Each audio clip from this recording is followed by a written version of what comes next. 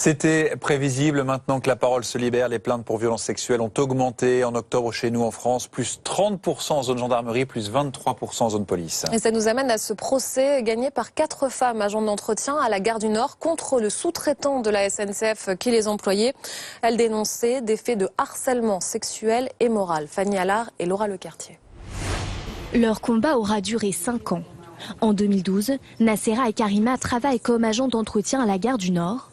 Après avoir refusé de signer une pétition contre l'un de leurs collègues, elles racontent avoir subi des agressions de la part de supérieurs. Ça a commencé sur moi, les gros mots, les insultes, les attouchements franchement carrément sur mon corps. Un jour j'avais ma blouse et j'étais en débardeur et il s'est permis de toucher mes seins.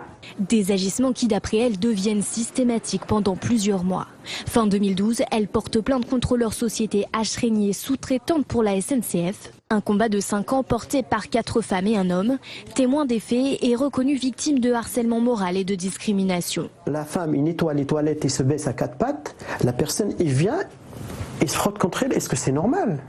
Ce n'est pas normal. Donc moi j'ai dénoncé. L'entreprise H. Régnier a été condamnée début novembre par les prud'hommes pour ne pas avoir agi contre les harceleurs sexuels. Elle doit verser plus de 300 000 € aux victimes pour dommages et intérêts. Il y a eu un préjudice extrêmement important et il y en a 2 qui ont perdu leur emploi et qui ne sont pas réintégrés. Donc évidemment, cette perte-là de l'emploi, elle n'est pas réparable et le préjudice n'est pas réparable. Mais par rapport à d'autres décisions, nous pouvons dire que le juge a pris conscience de la gravité du dossier. C'est une victoire de la justice. Contacté, l'avocat de la société H. Régnier n'a pas souhaité répondre à nos questions, mais précise que l'entreprise a depuis réalisé un audit sur le site.